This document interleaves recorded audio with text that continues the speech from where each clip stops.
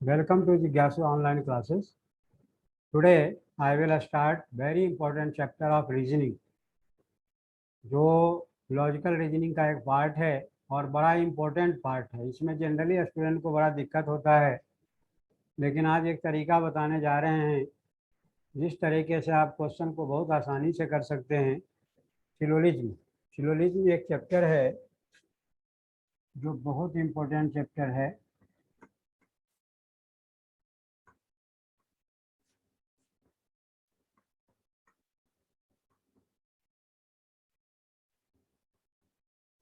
इसको हिंदी में न्याय वाक्य कहा जाता है। सिलोजिज्म इंग्लिश में हालांकि लिखा जाता है सिलोगिज्म, लेकिन पढ़ा जाता है सिलोजिज्म। तो ये सिलोगिज्म जो चैप्टर है बहुत ही इम्पोर्टेंट चैप्टर है। ये न्याय वाक्य इसको कहा जाता है, यानी ये जो है आपका एनालिटिकल रीजनिंग का एक पार्ट है, जिसमें कथन निष्कर्ष पर आधारित भी आप कह सकते हैं इसको। कथन एवं निष्कर्ष पर आधारित ये प्रश्न है।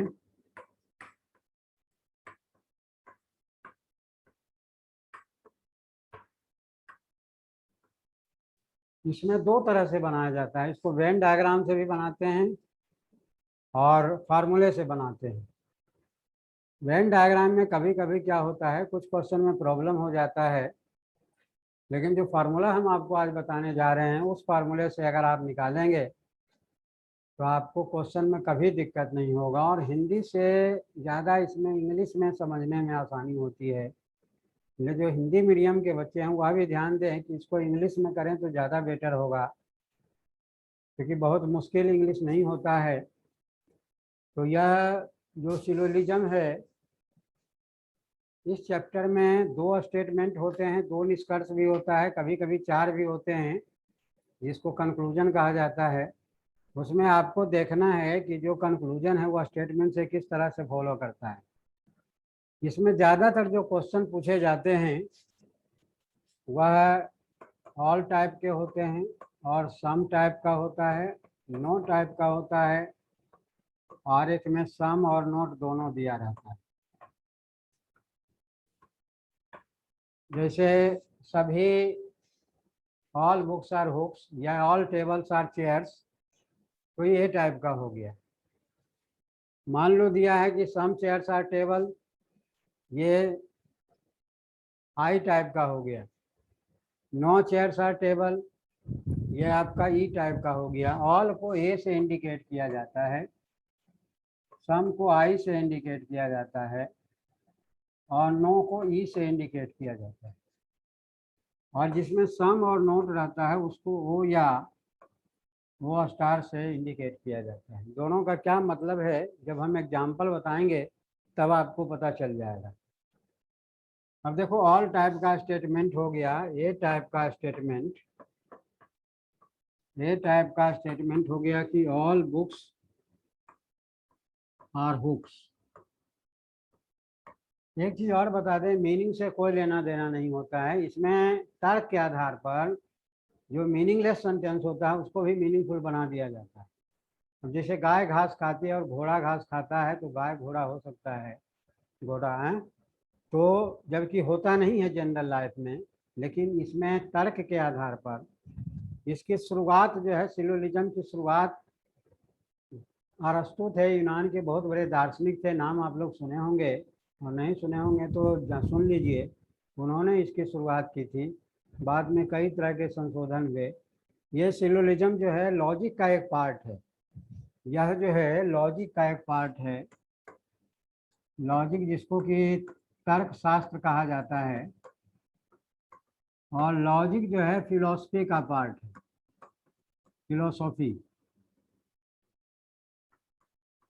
फिलोसॉफी का मतलब दर्शन शास्त्र होता है। तो वहीं से इसकी उत्पत्ति हुई है।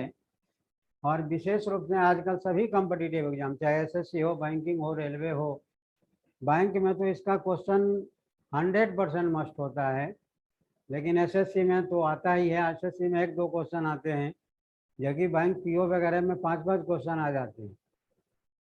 और भी जो एग्ज़ाम है, जो ग्रेजुएट लेवल का हो या 12th लेवल का हो, चाहे रेलवे का हो या एनटीपीसी का हो, सभी एग्ज़ाम में पूछे जाते हैं। तो ए टाइप का स्टेटमेंट हो गया कि ऑल बुक्स आर हुक्स। देखिए आई टाइप का जो स्टेटमेंट होता है, जैसे सम बॉयज आर ग्रेजुएट, ये आई टाइप का हो गया। और ई टाइप का जो स्टेटमेंट होता है, नो बॉयज आर गर्ल्स। और जो ओ टाइप का स्टेटमेंट होता है कि some boys are not intelligent.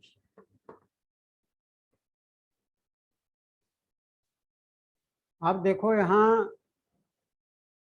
ओ और ओ स्टार दोनों में सेम है। स्टार्ट सम से होता है और ऑब्जेक्ट के पहले नोट लगता है, यानी ओ टाइप का है। तो जनरली ओ टाइप का जो स्टेटमेंट होता है हायर लेवल में पूछा जाता है, लेकिन ए टाइप का, आई टाइप का और ई टाइप का सभी में पूछा जाता है। इसके लिए एक फार्मूला है, जिस फार्मूले के आधार पर आप साइलोलिज्म के क्वेश्चन को आसानी से कर सकते हैं। अब जैसे देखिए, इसके लिए एक रूल है जो IEA रूल के नाम से जाना जाता है। ये रूल को अगर आप समझ लेंगे, बहुत मुश्किल नहीं है, प्रैक्टिस करेंगे तो आपको अपने आप हो जाएगा। 6-7-8 रूल है। इसमें है कि A + A = A होता है। दूसरा है I + A = I होता है। तीसरा है A + A + E = E होता है। A + I = डैश होता है। डैश का मतलब नो कंक्लूजन।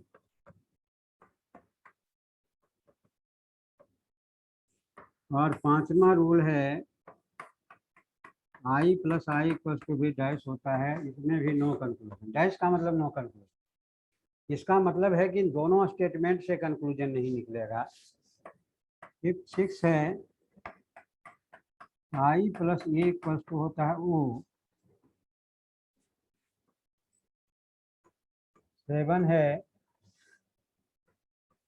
E + I = होता है O स्टार। 8वां है E + A = होता है O स्टार। देखो हम बता चुके हैं कि O और O स्टार में स्टार्ट सम से होगा और ऑब्जेक्ट के पहले नोट लगेगा। इसमें भी स्टार सम से होगा और ऑब्जेक्ट के पहले नोट लगेगा। इसमें भी स्टार्ट सम से होगा और ऑब्जेक्ट के पहले नोट लगेगा। तो ये 8 रूल है, जो बेसिक रूल है जिसको कहा जाता है। अगर इसको आप समझ लेते हैं तो अब 2 स्टेटमेंट का हो या 3 का हो या 4 का हो, जनरली 2 और 3 वाले पूछे जाते हैं। 4 वाले बहुत कम पूछे जाते हैं, लेकिन वह बैंक पीओ का एग्ज़ाम अगर आप दे रहे हैं, वह भी SBI का अगर आप दे रहे हैं, तो SBI में पूछा जाता है। और सब बैंक में 3 स्टेटमेंट वाले। लेकिन एसएससी के जो ग्रेजुएट लेवल का एग्ज़ाम है, 3 स्टेटमेंट वाले, दोनों 2 स्टेटमेंट वाले, दोनों तरह से पूछे जाते हैं। तो सभी रूल के बारे में हम 1 बाई 1 करके समझेंगे कि कौन सा रूल के किस तरह के क्वेश्चन पूछे जाते हैं, उसको कैसे हम सॉल्व कर सकते हैं। तो शुरू करते हैं फर्स्ट में। फर्स्ट जो हमारा है A + A = A। इसका मतलब ये हुआ कि अगर हमारा फर्स्ट स्टेटमेंट ऑल से है और सेकंड स्टेटमेंट भी ऑल से है, तो हमारा कंक्लूजन भी ऑल से ही होगा। जैसे देखिए स्टेटमेंट इसमें दिया हुआ है। फर्स्ट दिया हुआ स्टेटमेंट कि ऑल बुक्स आर हुक्स। जितने भी बुक्स हैं सभी हुक्स हैं। सेकंड में दिया हुआ है all hooks are crooks. Conclusion निकालना। कंक्लूजन निकालने से पहले हमें ये देखना होगा कि हमारा स्टेटमेंट अलाइन है कि नहीं। अलाइन का मतलब है कि फर्स्ट स्टेटमेंट का जो ऑब्जेक्ट है सेकंड का सब्जेक्ट होना चाहिए। अगर ये है तब अलाइन है। अलाइन का मतलब ऑर्डर में, और अलाइन है तभी आप फार्मूले लगाएंगे। देखो ये ऑल से शुरू हुआ है, इसका मतलब ए टाइप का है। ये भी ऑल से शुरू हुआ है, इसका मतलब ए टाइप का है। और ए प्लस ए इक्वल्स टू ए होता है, इसका मतलब जो हमारा कंक्लूजन होगा वह ऑल से ही शुरू होगा। फर्स्ट जो कंक्लूजन आपका, यानी दोनों स्टेटमेंट से जो कंक्लूजन हमारा निकलेगा वह ऑल से ही शुरू होगा। अब जो दोनों में कॉमन है, देखो ये कॉमन है और ये मिडल टर्म कहलाता है, और मिडल टर्म हमेशा कैंसिल हो जाता है जब हम कंक्लूजन निकालते हैं। इसका मतलब है कि if your first statement started from all and second statement also started from all, so their conclusion also started from all. First of all, you should think about both statement are aligned to each other, यानी first statement का जो object है second का subject होना चाहिए। अगर ये है इसका मतलब अलाइन है, तो ए प्लस ए इक्वल्स टू ए होता है। इसीलिए हमारा जो कंक्लूजन होगा ऑल बुक्स आर क्रूक्स हो जाएगा। ये आपका फर्स्ट कंक्लूजन निकल गया। अब देखो एग्जाम में क्या होता है, 2 कंक्लूजन भी दिए रहते हैं, 4 कंक्लूजन भी दिए रहते हैं। तो और कंक्लूजन इसका कैसे हम आइडेंटिफाई करेंगे कि यह सही है या गलत है। अब देखिए इसमें क्या है, एक चीज़ और, इसको दूसरे कंक्लूजन निकालने से पहले ये हम आपको बता दें कि किसी भी स्टेटमेंट को जब मॉडिफाइड किया जाता है, तुम लोग इंग्लिश में ट्रांसफॉर्मेशन पढ़े होगे। जैसे राम किल्ड रावण, तो Ravan was killed by Ram. इसका दोनों का मतलब एक ही होता है, लेकिन ऑब्जेक्ट सब्जेक्ट में बदल जाता है, सब्जेक्ट ऑब्जेक्ट में बदल जाता है। इसका मतलब हुआ कि जब हम इसको मॉडिफाइड करेंगे तो जो ए टाइप का स्टेटमेंट है, ए मॉडिफाइड होकर के आई में बदल सकता है, और आई मॉडिफाइड होकर के आई में बदल सकता है, और ई वाला मॉडिफाइड होकर के ई में ही बदल सकता है।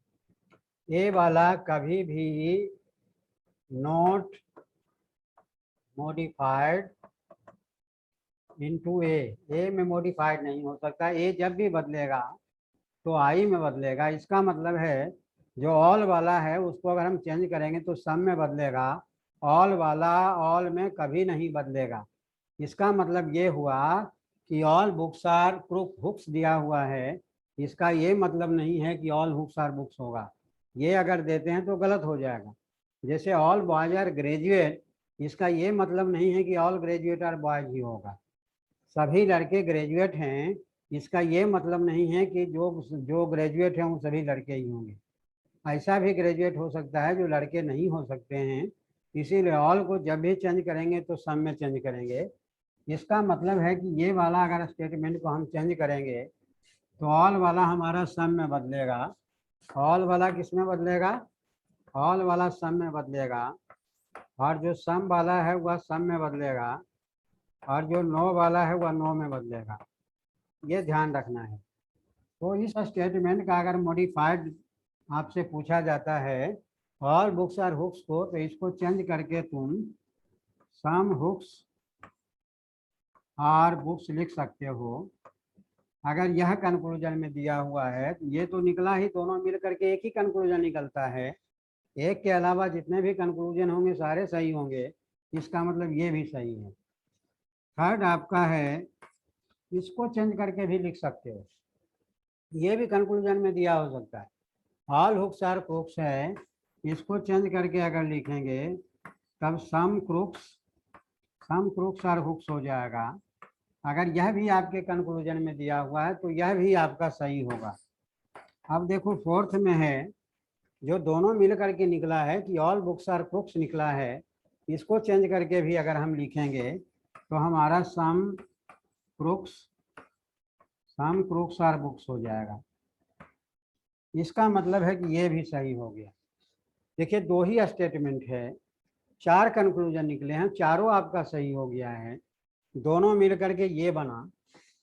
उसके बाद इसको चेंज किए तो ये बन गया, इसको चेंज किए तो ये बन गया, और दोनों मिल करके जो बना था उसको मॉडिफाइड किए तो ये बन गया। इसका मतलब ये हुआ कि 2 स्टेटमेंट का 4 कंक्लूजन निकल सकता है, मैक्सिमम इससे ज़्यादा भी निकल सकता है। देखो ऑल टाइप स्टेटमेंट 2 बार चेंज होता है, ये आपको बता दूं, आप जानकारी के लिए जान लें कि all type statement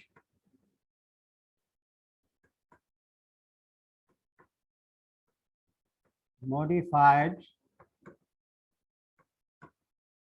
into 2 times।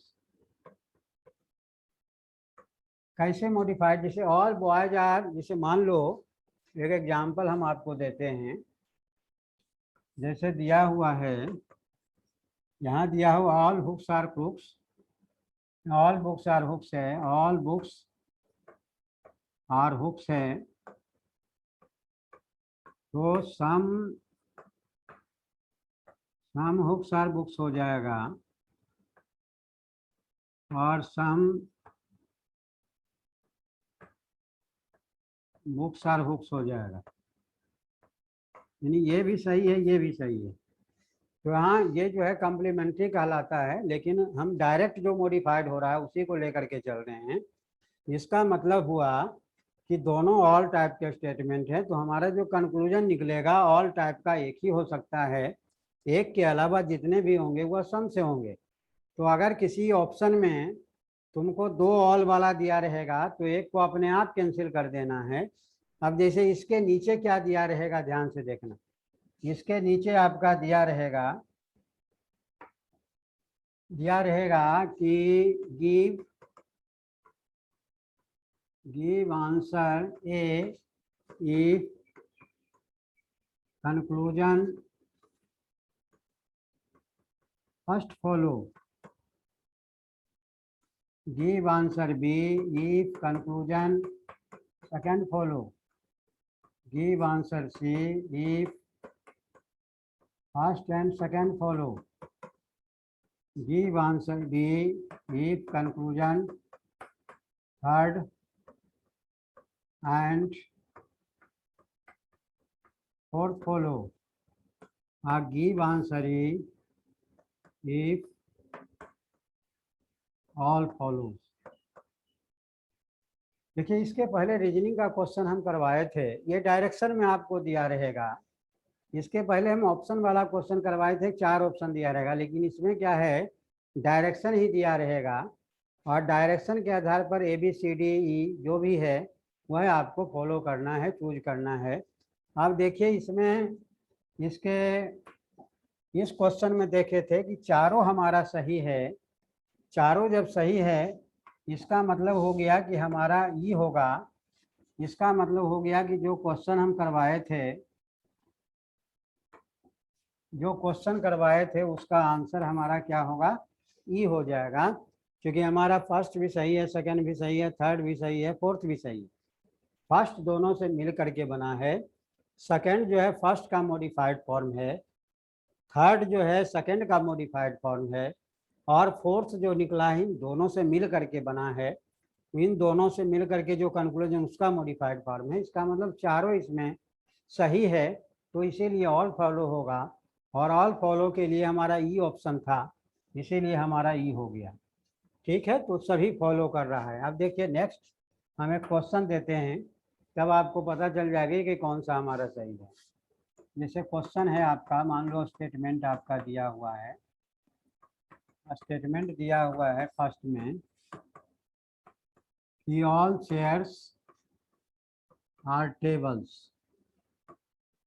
Second दिया हुआ है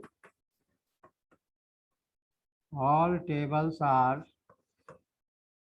सोफास, कंक्लूजन आपका दिया हुआ है फर्स्ट में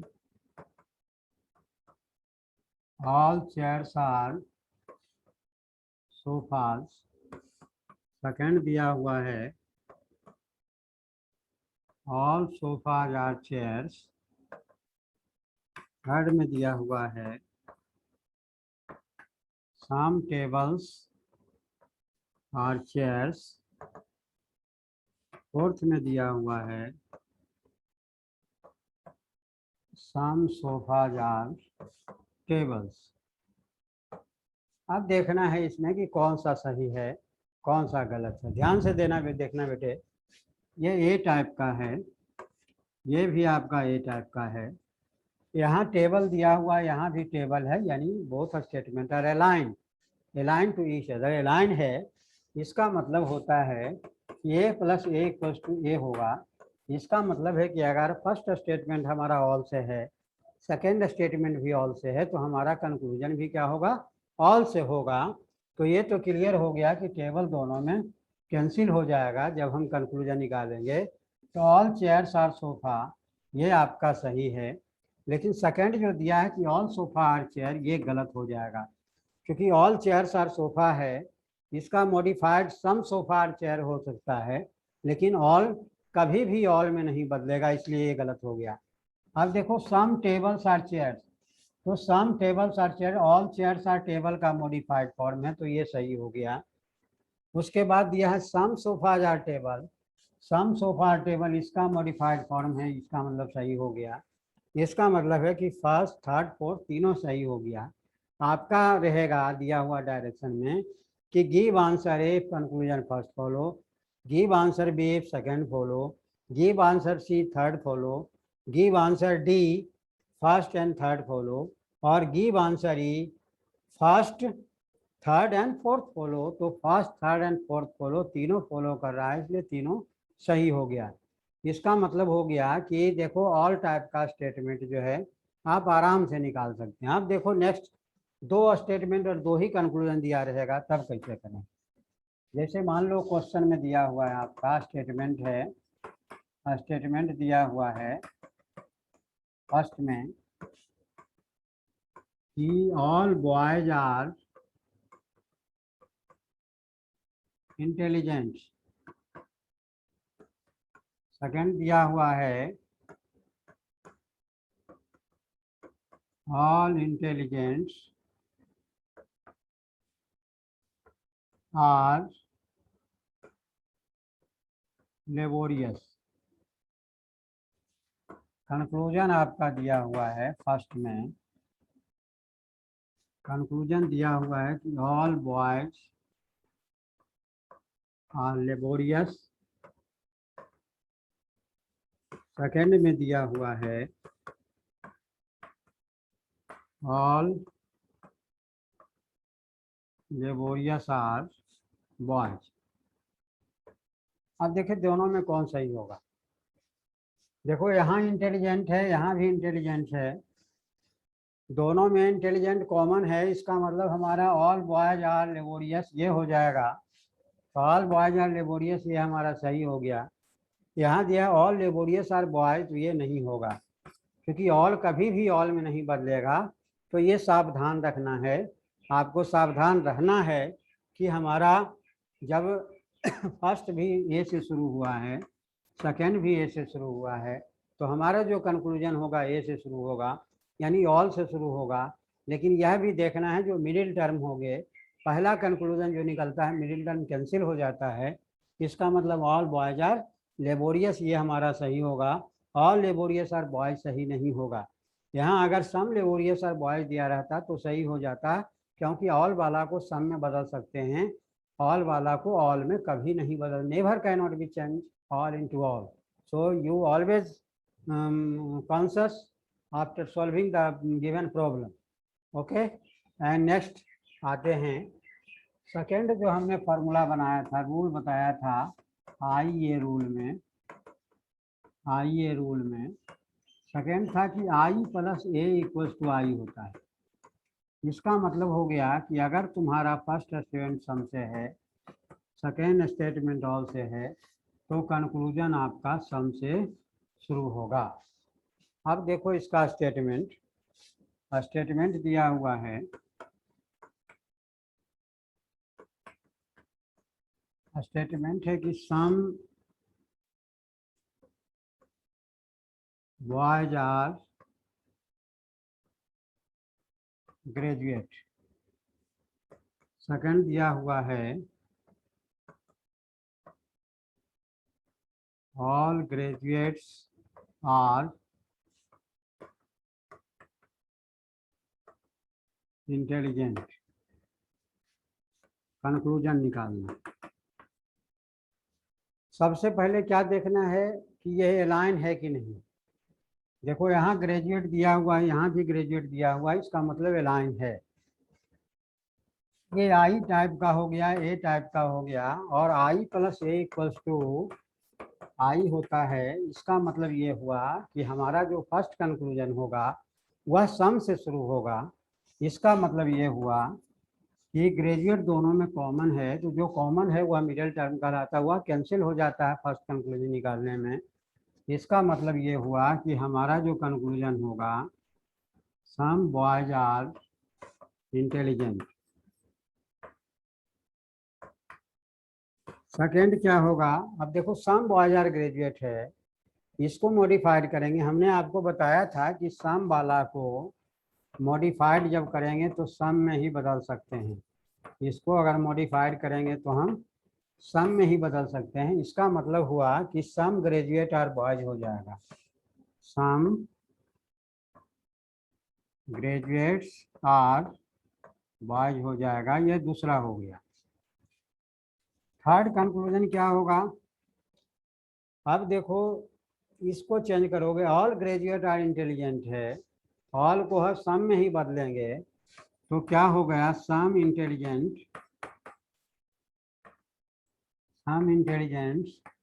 आर ग्रेजुएट हो जाएगा। फोर्थ देखो क्या होगा, इन दोनों से मिल करके जो बना है ये बना है, इसको भी मॉडिफाइड कर सकते हैं। तो सम में है तो सम में ही मॉडिफाइड करेंगे। इसका मतलब है कि सम इंटेलिजेंस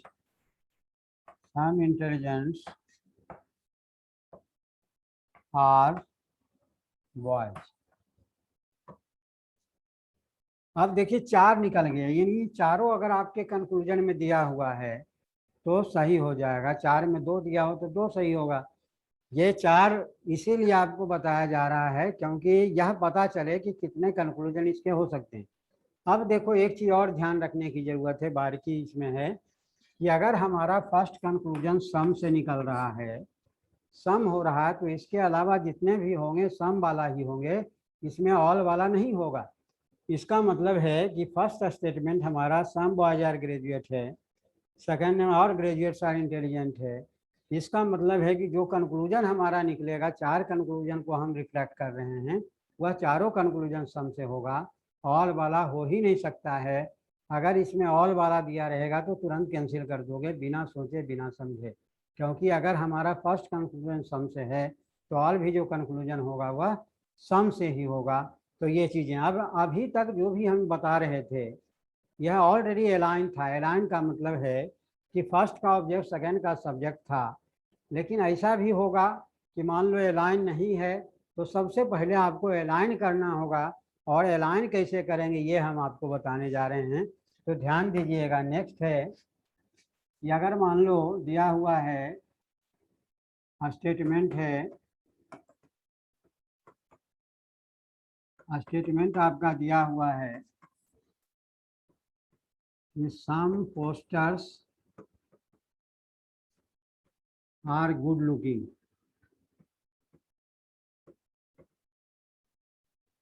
सेकंड में दिया हुआ है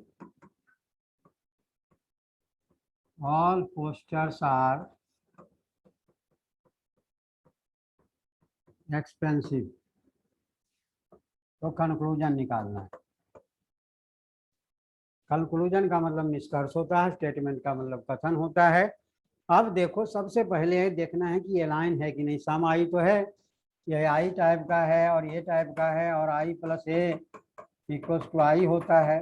लेकिन यह फार्मूला कब लगाना है, जब स्टेटमेंट आपका अलाइन हो। और अलाइन होने के लिए क्या चाहिए, यहाँ देखो गुड लुकिंग दिया हुआ है, यहाँ पोस्टर दिया हुआ है, इसका मतलब अलाइन नहीं है। तो सबसे पहले अलाइन करना होगा, और अलाइन करने के लिए दोनों में किसी एक को चेंज करना होगा।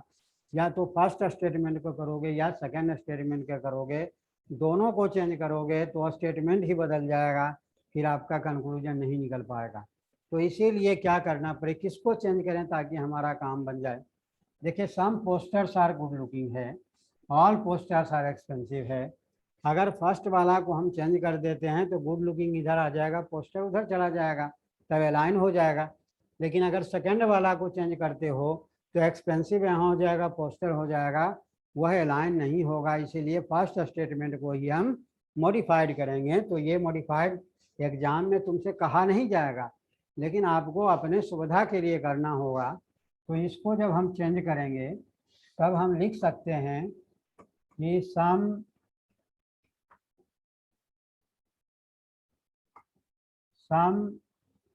Good looking are posters. अब देखो यहाँ पोस्टर आ गया, यहाँ भी पोस्टर आ गया, इसका मतलब अलाइन हो गया। और सम चूंकि सम में ही बदला है तो अब हमारा स्टेटमेंट ये नहीं रहा बल्कि ये रहा।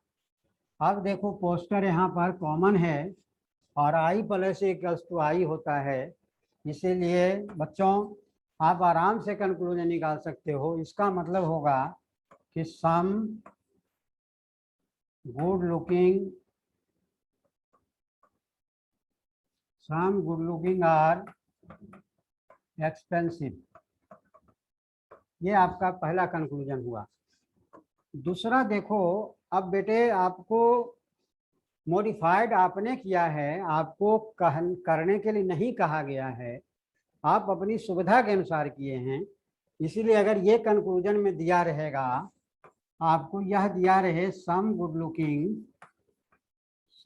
लुकिंग आर पोस्टर्स, तो यह भी सही हो जाएगा क्योंकि ये फर्स्ट स्टेटमेंट का मॉडिफाइड है।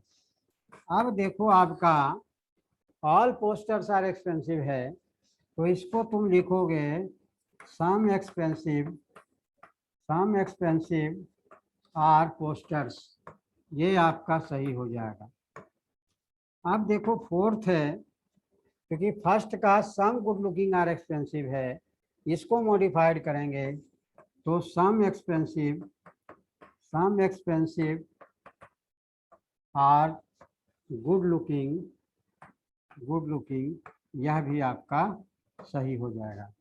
इसका मतलब है कि दो स्टेटमेंट आपका है। देखो 4 कंक्लूजन हमारा निकल रहा है और पहला चूंकि सम से निकला है तो इसके अलावा जितने भी होंगे वह सम से ही निकलेंगे, ऑल वाला इसमें होने की संभावना नहीं है। तो आपने देख लिया कि अगर स्टेटमेंट अलाइन नहीं होगा तो सबसे पहले first of all you should align the statement, then apply the formula and obtain the conclusion, तब आप कंक्लूजन निकालेंगे, आपको कोई दिक्कत नहीं है। क्योंकि एग्जाम में यह भी दिया रहेगा और ये भी दिया रहेगा, मन में आपको मॉडिफाइड करना है और मन में देखना है कि जो जो हमारे कंक्लूजन निकल रहे हैं वह इसमें है या नहीं।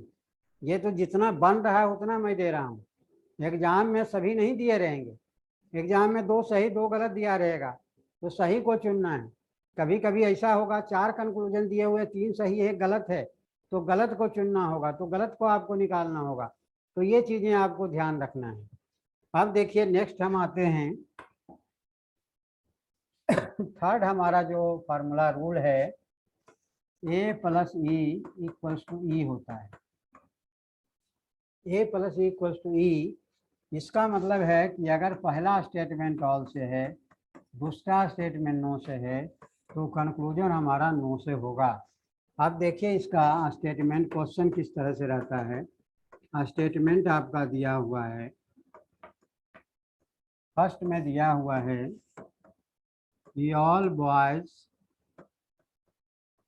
Are graduate. सेकेंड स्टेटमेंट दिया हुआ है नो ग्रेजुएट्स आर गर्ल्स।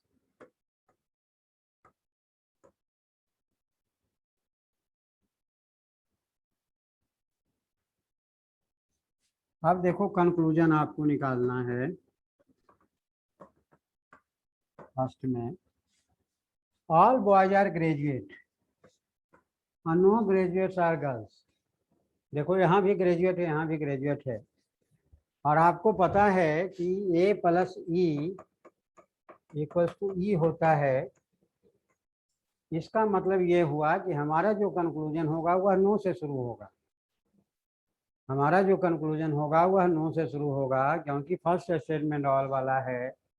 जिस स्टूडेंट को ये फार्मूला पता नहीं है, कहीं पढ़ लिया मैगजीन में, किताब में कि ग्रेजुएट दोनों में कॉमन है, निकाल दो, और ऑल बॉयज और गर्ल्स दिया रहेगा ऑप्शन में, उसमें निशान लगा देगा। लेकिन आप ऐसा गलती नहीं करना, कॉमन सेंस की बात है, क्योंकि यह कॉमन सेंस पर आधारित क्वेश्चन है। लॉजिक जो है, लॉजिक क्रिएट होता है आदमी के दिमाग में, उसी के आधार पर वह निकालता है। अब देखो ग्रेजुएट दोनों में कॉमन है, A plus equals to E होता है। इसका मतलब हमारा जो फर्स्ट कंक्लूजन होगा नो बॉयज आर गर्ल्स हो जाएगा।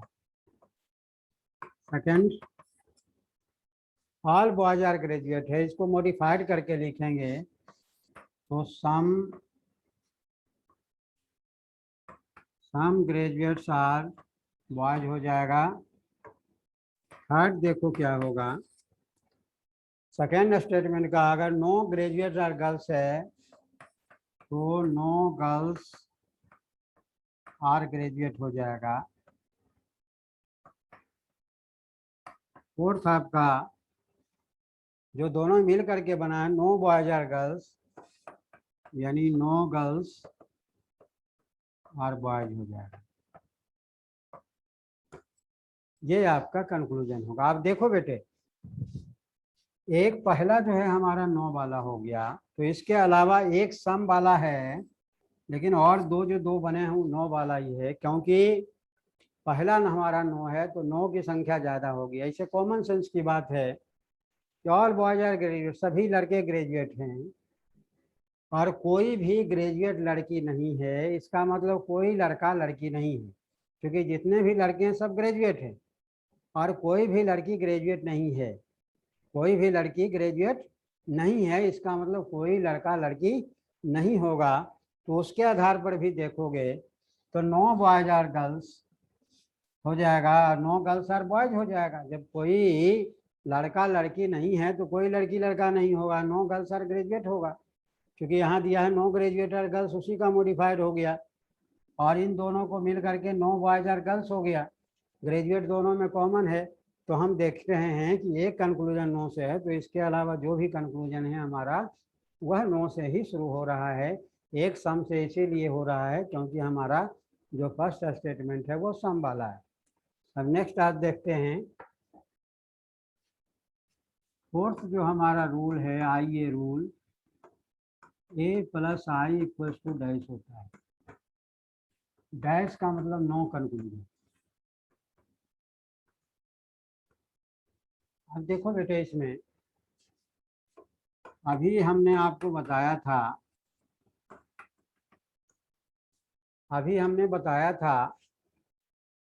कि आई प्लस ए इक्वल्स टू आई होता है, लेकिन अगर यही उल्टा लिखा जाए तो उसका कंक्लूजन नहीं निकलता है, यानी दोनों स्टेटमेंट से मिलकर के कंक्लूजन नहीं निकलेगा।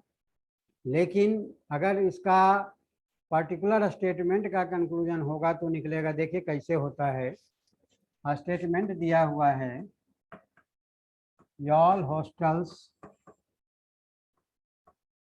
Are hospitals.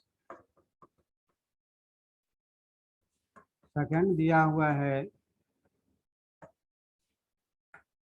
Some hospitals are nursing home. Conclusion देखो, दोनों स्टेटमेंट से कंक्लूजन नहीं निकलेगा, लेकिन ध्यान रखिए, अगर आपका यह दिया रहेगा ऑल हॉस्टल्स आर हॉस्पिटल, अगर ये दिया हुआ है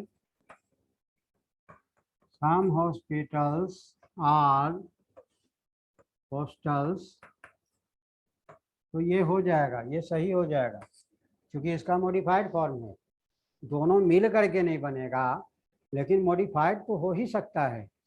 अब देखो some hospitals are nursing home है, अगर आपका दिया हुआ है कि some nursing home some nursing homes are hospitals, तो ये भी सही हो जाएगा। लेकिन अगर मान लो दिया हुआ है तुम्हारा,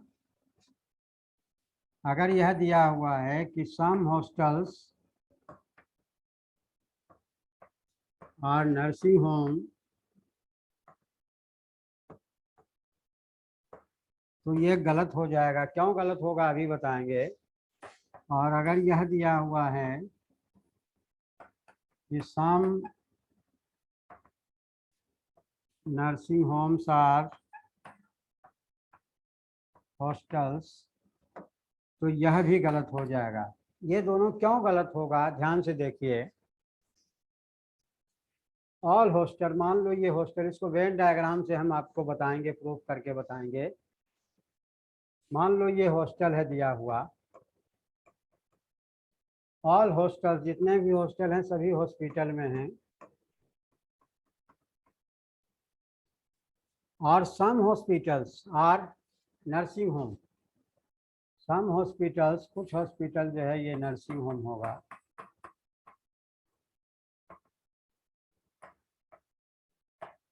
लेकिन दूसरा डायग्राम भी बन सकता है इसमें, ध्यान दीजिए। ये मान लो हॉस्टल है, ये आपका हॉस्पिटल है, और ये आपका नर्सिंग होम है। ऐसा भी डायग्राम बन सकता है। अगर इसको हम सही मानते हैं तो वो गलत हो जाएगा। ध्यान दीजिए, दोनों में फर्क हो रहा है। इसको सही मानते हैं तो वो गलत हो जाएगा, उसको सही मानते हैं तो ये गलत हो जाएगा। तो ये कंट्रोवर्सी हो गया। तो ऐसे कंडीशन में क्या होता है, ध्यान देना। इसमें अगर सब्जेक्ट ऑब्जेक्ट सेम हो और एक पॉजिटिव और दूसरा निगेटिव हो, तब आइदर का कंडीशन लगता है, आइदर फर्स्ट और सेकेंड। ऐसा होता है, जैसे मान लो दिया रहे, अगर आपका यह दिया रहे, ये दिया रहे, जैसे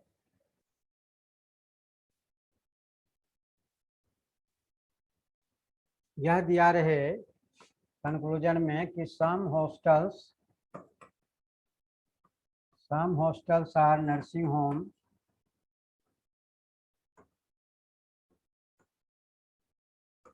और some hostels are not nursing home.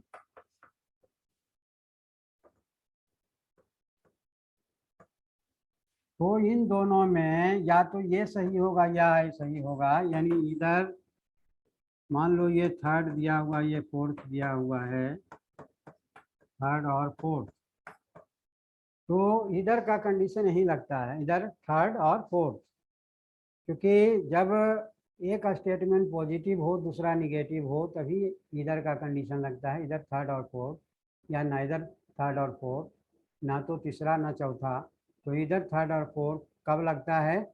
ऐसा भी आपको क्वेश्चन एग्जाम में पूछा जा सकता है, जिसमें ये रूल के अनुसार जिसमें अपना कंक्लूजन नहीं निकलता है उसमें इधर का कंडीशन आ सकता है, इधर थर्ड और फोर्थ दोनों में कोई। फर्स्ट सेकंड तो बिल्कुल सही हो गया, फर्स्ट सेकंड 100% सही है। इसको थर्ड और फोर्थ मान लेते हैं।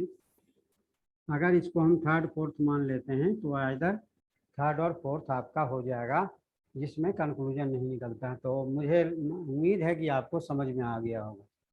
अब देखते हैं नेक्स्ट जो हमारा फोर्थ रूल है वह है, फोर्थ में फिफ्थ हो जाएगा, है ना, ये फिफ्थ हो जाएगा।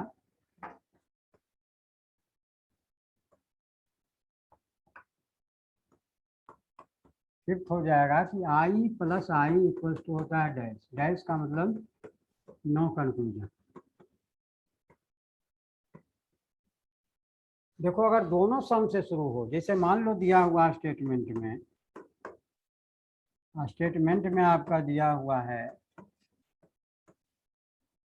ये सम रोजेज आर रेड, सेकेंड दिया हुआ है सम रोजेज आर वाइट, कंक्लूजन निकालना। देखो दोनों सम से है, कंक्लूजन नहीं निकलेगा, लेकिन कंक्लूजन नहीं निकलेगा उसके पहले क्या करना है, हमें देखना है कि दोनों जो है अलाइन है कि नहीं। देखो यहाँ रेट दिया हुआ है, यहाँ रोज दिया हुआ है, अलाइन नहीं है, तो सबसे पहले क्या करना पड़ेगा, अलाइन करना पड़ेगा। अलाइन करने के लिए क्या है, इसको मॉडिफाइड कर दो, तो क्या हो जाएगा, सम रेट और रोजेज हो जाएगा, और सम रोजेज और रेट हो जाएगा। अब अलाइन हो गया, इसका मतलब ये स्टेटमेंट आपका नहीं रहा। अब स्टेटमेंट ये हो गया, लेकिन आई plus I plus to dash होता है, इसका मतलब हो गया कि हमारा दोनों मिलाकर के कंक्लूजन नहीं निकलेगा। लेकिन अगर कंक्लूजन में दिया हुआ है सम रेड और रोजेज दिया हुआ है, तो ये हो जाएगा। और सेकेंड में सम वाइट और रोजेज दिया हुआ, तो यह भी हो जाएगा। लेकिन अगर यह दिया हुआ है सम रेड और वाइट दिया हुआ है, तो यह गलत हो जाएगा। और अगर दिया हुआ है सम वाइट और रेड, तो ये भी गलत हो जाएगा। इसका मतलब ये दोनों सही होगा, ये दोनों गलत हो जाएगा। क्यों गलत होगा, ध्यान से दीजिए, वेन डायग्राम का भी सहारा हम ले सकते हैं। देखो सम रेड और रोजेज, मान लो ये रोज है, इसको रोज मान लो, कुछ रोज जो है रेड है और कुछ रोज जो है वाइट है। जो व्हाइट है वह रेड नहीं हो सकता है, सारे व्हाइट रोज नहीं हो सकते हैं, और सारे रोज व्हाइट भी नहीं हो सकते हैं, सारे रोज रेड नहीं हो सकते हैं, और सारे रेड रोज नहीं हो सकते हैं। लेकिन जो व्हाइट है वह रेड नहीं हो सकता है। यही कारण है कि रेड और व्हाइट मिलकर के कंक्लूजन नहीं निकल सकता है। यही कारण है कि आई plus I plus to dash होता है, कोई कंक्लूजन नहीं निकलता है। लेकिन अगर स्टेटमेंट का मॉडिफाइड फॉर्म दिया हुआ है, तो वह कंक्लूजन के अंतर्गत आ जाता है। क्लियर है। तो ये आपका फिफ्थ हो गया। अब देखते हैं सिक्स में। सिक्स क्या है बेटे, सिक्स से I plus E plus to O होता है। आई का मतलब हो गया कि सम, ई का मतलब हो गया नो, इसका कंक्लूजन होगा सम और नोट दोनों यूज होगा। अब जैसे देखिए एग्जाम्पल देखिए, स्टेटमेंट स्टेटमेंट इसका देखते हैं।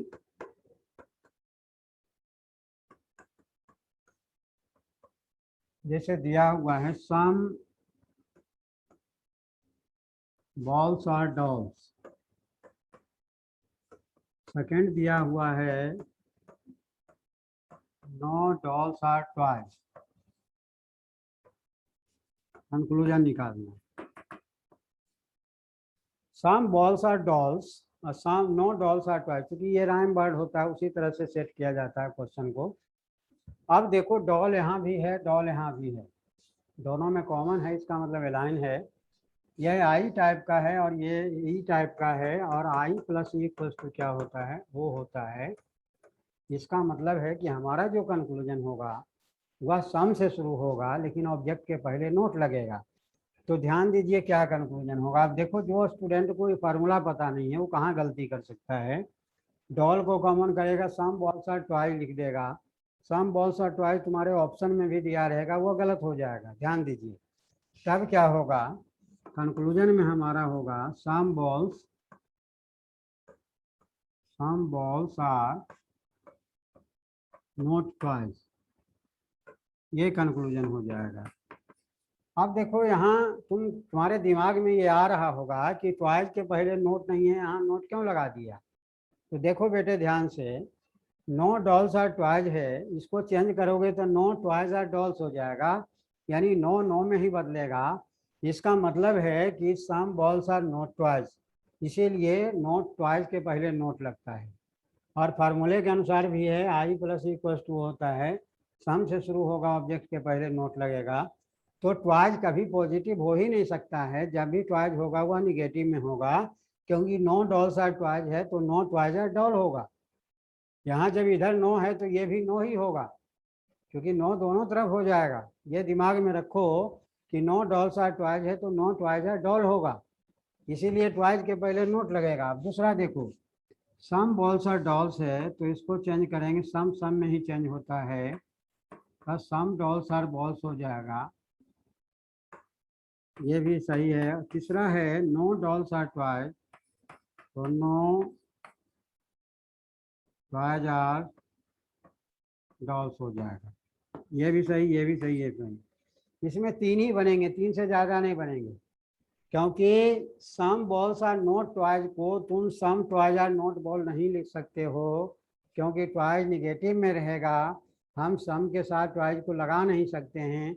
इसीलिए फर्स्ट स्टेटमेंट जो कंक्लूजन निकला हुआ मॉडिफाइड नहीं होगा। इसका मतलब ये हुआ, इसका मतलब ये हुआ कि यो टाइप स्टेटमेंट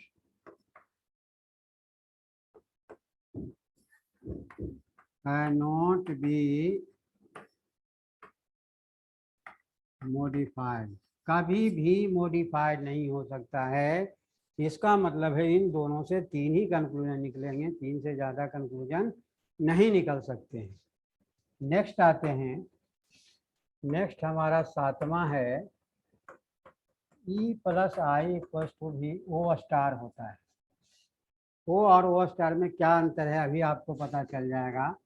यह भी सम से शुरू होता है और ऑब्जेक्ट के पहले नोट लगता है। देखो इसमें स्टेटमेंट आपका दिया हुआ है, फर्स्ट दिया हुआ है नो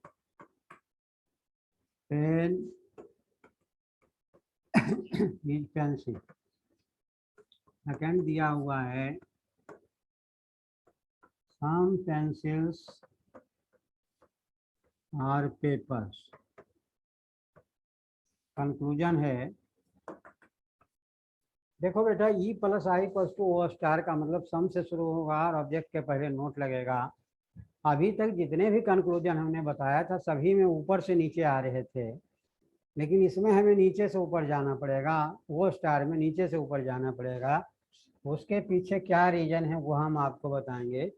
क्योंकि I plus E plus I equals to होता है वो स्टार का मतलब हमारा सम से शुरू होगा, तो पेन के पीछे सम नहीं लगा सकते हैं, यही कारण है नीचे से ऊपर जाएगा, पेंसिल दोनों में कैंसिल हो जाएगा। तो हमारा जो कंक्लूजन होगा क्या होगा, some papers are not pen हो जाएगा, some papers are not pen हो जाएगा। ध्यान रखना हमेशा वो स्टार के केस में नीचे से, या दूसरा चीज ध्यान रखना कि अगर हमारा फर्स्ट स्टेटमेंट निगेटिव हो तो हमारा कंक्लूजन निकालेंगे तो नीचे से ऊपर जाएगा, ऊपर से नीचे नहीं आएगा। एक चीज, दूसरा नो पेन इज पेंसिल है, इसको मॉडिफाइड करोगे नो पेंसिल इज पेन हो जाएगा। थर्ड में आपका सम पेंसिल्स आर पेपर है, तो सम पेपर्स आर पेंसिल हो जाएगा। ये आपका 3 इसमें भी निकलेगा, ओ स्टार वाला में भी 3 ही निकलेगा, ओ वाला में भी 3 ही निकलेगा। अब देखो नेक्स्ट हमारा 8वां है। 8वां जो हमारा रूल है, E plus A equals to ही ओ स्टार होता है। देखो इसमें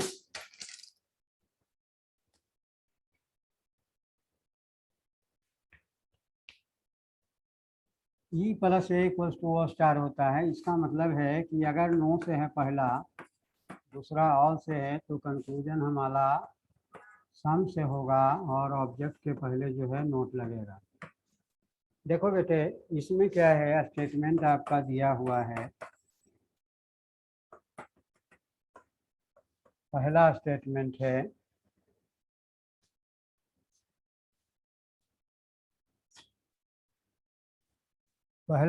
no ball is doll. Second दिया हुआ है ऑल डॉल्स आर टॉयज। देखो कंक्लूजन, क्योंकि ओ स्टार है तो नीचे से ऊपर ही जाएगा, क्योंकि बॉल के पहले तो सम हम लगा नहीं सकते हैं, क्योंकि नो लगा हुआ ऑलरेडी। डॉल दोनों में कॉमन है तो नीचे से ऊपर जाएगा। इसका मतलब हो गया कि हमारा जो कंक्लूजन होगा, some toys are not ball, ये पहला हो गया।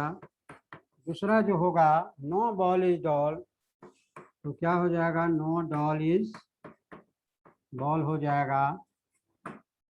थर्ड क्या होगा, ऑल डॉल्स आर टॉयज है, तो सम टॉयज आर डॉल्स। इसमें 4 हो सकता है, क्योंकि ऑल वाला हम बताए थे 2 बार चेंज होता है, तो तुम फोर्थ भी इसमें बन सकता है, सम टॉयज आर डॉल है, तो सम डॉल्स आर टॉयज भी इसमें हो सकता है। अगर ये चारों दिया हुआ है तो चारों सही हो जाएगा। 3 तो डायरेक्ट हमारा निकल ही रहा है। तो ये आपका जो ये रूल है, इसको फॉलो अगर आप करेंगे तो 2 वाला 3 वाला, अगले क्लास में कुछ क्वेश्चन लेकर के, अगले टाइप में हम कुछ क्वेश्चन लेकर के साइलोजिज्म का आपको बताएंगे। फिर 3 टाइप वाले, 3 स्टेटमेंट वाले भी बताएंगे, 4th स्टेटमेंट भी वाले बताएंगे। अगर ये वीडियो आपको अच्छा लगा तो इसे लाइक करना ना भूलें और सब्सक्राइब करना ना भूलें, और अधिक से अधिक लोगों को शेयर करें, ताकि आप उनके जो शेयर करने वाले जो बच्चे हैं जो कॉम्पिटिटिव एग्जाम की तैयारी, उनको बेनिफिट मिले, क्योंकि यह बहुत इंपॉर्टेंट चैप्टर है। सबसे इम्पोर्टेंट चैप्टर अगर रीजनिंग का है तो ये है, इसके क्वेश्चन हमेशा आते हैं, इसीलिए याद रखें। Thank you for watching this video. और फिर से रक्षाबंधन कल आने वाला है, उसके लिए आपको ढेर सारी शुभकामनाएं। सभी को रक्षाबंधन बहुत ही लाजवाब हो, और अपने भाई बहनों को प्यार को जो है प्रदर्शित करें। Thank you for watching this video.